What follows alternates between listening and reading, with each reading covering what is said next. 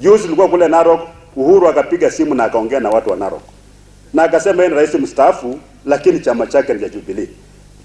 Lakini baada ya kuongea hivyo, viongozi wote wamesema Uhuru anaongea kwa sababu gani? Wanapiga vita kabisa, amefanya makosa. Paka wanasema ati sisi tukiongea ati wakati Uhuru analipa wafanyikazi wake wala wanakamua ng'ombe analipa pia sisi. Ati ndio tuongee lazima tupewe pesa na Uhuru. Uhuru is a retired president.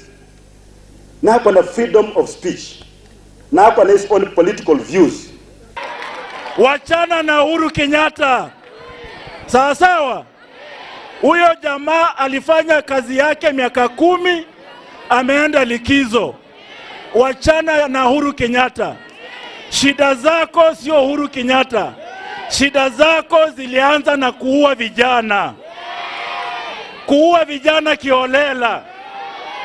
Na tukasema hatutaruhusu damu imagike hii Kenya siku ingine.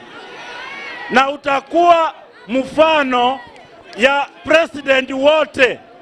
Ule rais yoyote atakuwa Kenya, atakuwa anaenda one term unless he performs.